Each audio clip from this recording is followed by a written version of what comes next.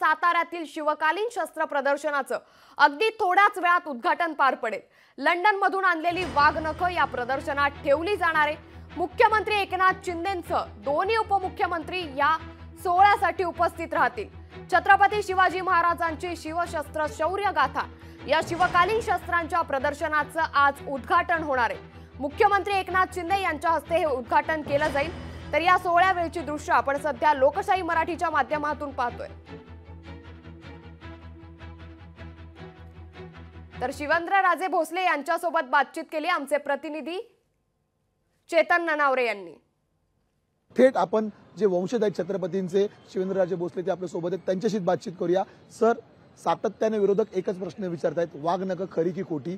तुम्ही काय सांगाल? तुम्ही घरातली माणसं आहात। सर, आपण आता जो प्रश्न विचारला की विरोधकांचं काम काय असतं? विरोध करणं। मग विरोधकांचं काम त्यांचं जे आहे ते बरोबर करतात।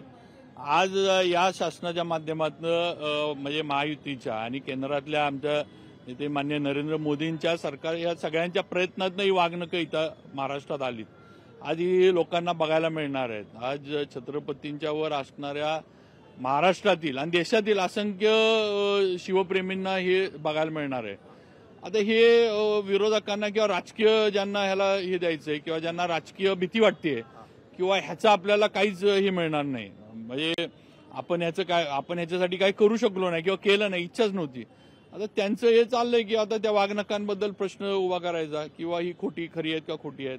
बरं, याच्याबद्दल शासनानं सगळ्यांनी या वेळ मला वाटतं विधानसभेमध्ये सुद्धा सुधीर भाऊंनी सगळं आहे ते क्लॅरिफिकेशन दिलंय। विरोधक जे प्रश्न विचारतात की तुम्ही वाजत गाजत मुंबईवरतून ही वाघनखं का नाही घेऊन आलात, लपत चपत का घेऊन आलात? इथे सुद्धा ती म्युझियम मध्ये ठेवलेली आहेत, इथे सुद्धा ती रॅलीमध्ये का दाखवली जात नाही? रॅलीमध्ये हो का ते टेम्परेचर कंट्रोल वगैरे त्या सगळ्याच्या गोष्टी आहेत। शेवटी आता त्या म्युझियम बरोबर आणि जे काही करार झालेत शेवटी ते करार पाळायला लागतात। आपण समजा ते जर सत्तेत असते किंवा आता आमच्या बरोबर जर ते सत्तेत असते तर ते हे खरंच आहे म्हटले असते ना। आज ते विरोधात आहेत त्यामुळे ते म्हणतात हे खोटं आहे। शेवटचा प्रश्न घेतो, आता सर्व शिवप्रेमींना प्रतीक्षा आहे की वाघनखं पाहण्याची, कशी पाहता येतील, काय नियोजन केलेलं आहे? आज आता अनावरण केलं जाणार आहे आणि उद्यापासून सगळ्यांसाठी ते जे संग्रहालयाचं जे ते खुलं होणार आहे। जे काय आम्हाला कलेक्टरांनी आणि मीटिंगमध्ये आमच्याशी चर्चा झाली की त्यांनी सांगितलं की 200 लोकांचा स्लॉट आहे दिवसाला, कारण त्यांना ते वेळ आणि सगळं हे करून